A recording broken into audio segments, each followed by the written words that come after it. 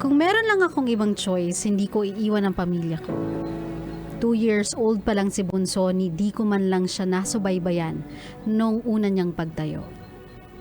Iniwan ko sila para na din sa kinabukasan nilang tatlo. Ang kinatatakot ko lang, di ko pa pinag-quit sa trabaho yung asawa ko.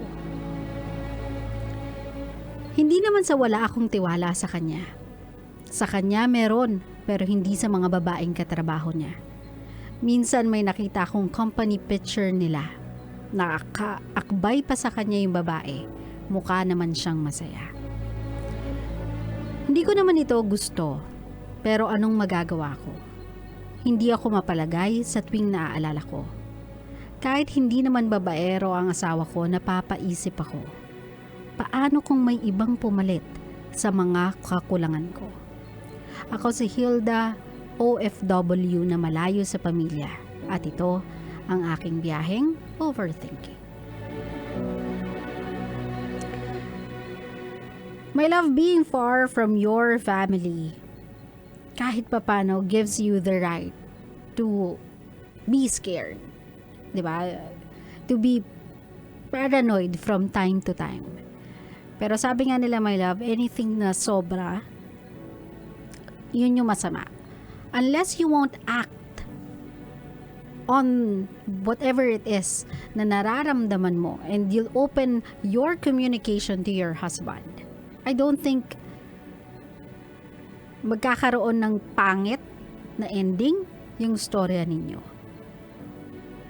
Alam nyo mga kabisyo, if there's one secret that I know, it's not actually a secret, it's a recipe sa healthy relationship between an OFW at yung family niya back home, especially yung spouse nila, yung asawa nila.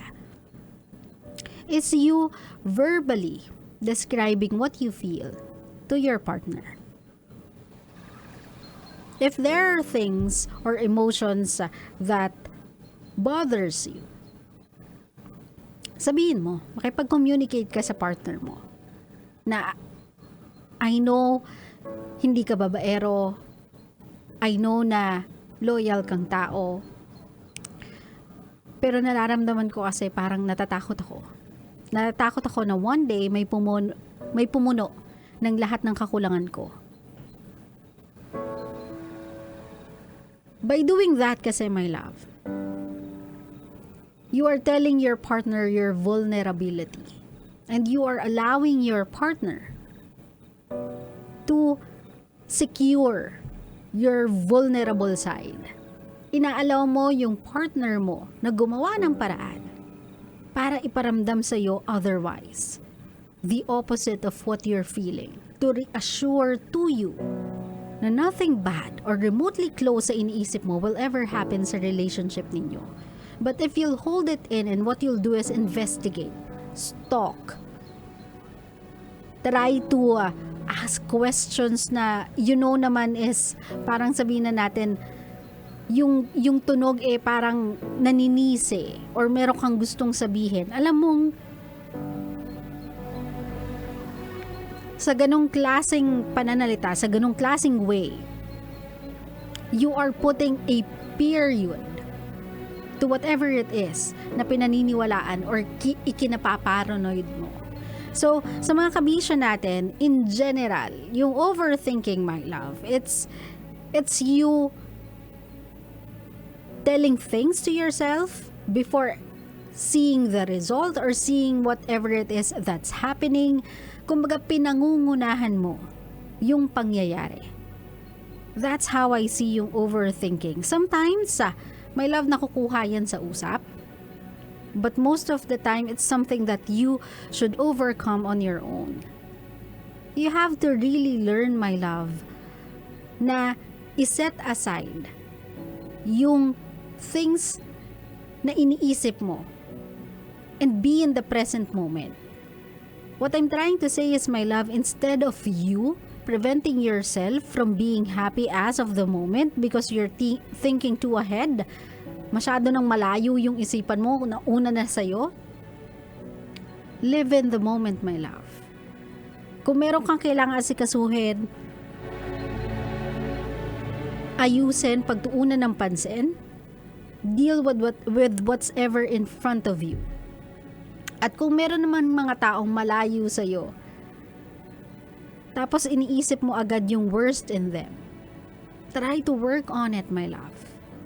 Kasi mahirap din i-reassure yung tao each and every single time. Nakakaubos ng mga salitang pwedeng sabihin, nakakaubos ng mga act of love na pwedeng gawin kung yung mismong taong yun, ang kalaban niya na is not actually the part of seeing your effort, but the part of believing that the effort signifies loyalty, signifies the person trying to gain the trust, signifies how great the relationship is, and signifies the absence of issues within the relationship.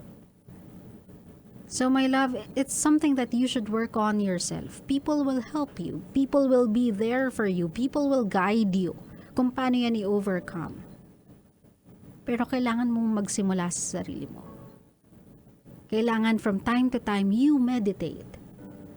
Pag may mga araw na nag-iisip ka na ng bonggang-bongga, try mo, my love, to stay calm and tell yourself, reassure yourself, ano muna yung kailangan kong unahin? Ano yung sa tingin ko issue na it's in front of me? And ano yung issue na superficial? Ibig sabihin, hindi pa niya pinapresent yung sarili niya, na-i-stress ko na yung sarili ko. By identifying those, my love, then little by little, you get to deal with things in the moment. Hindi ka nag-overthink sa isang bagay. Again, the change and the initiative to change should come from you. And people who loves you will just guide you. Claro?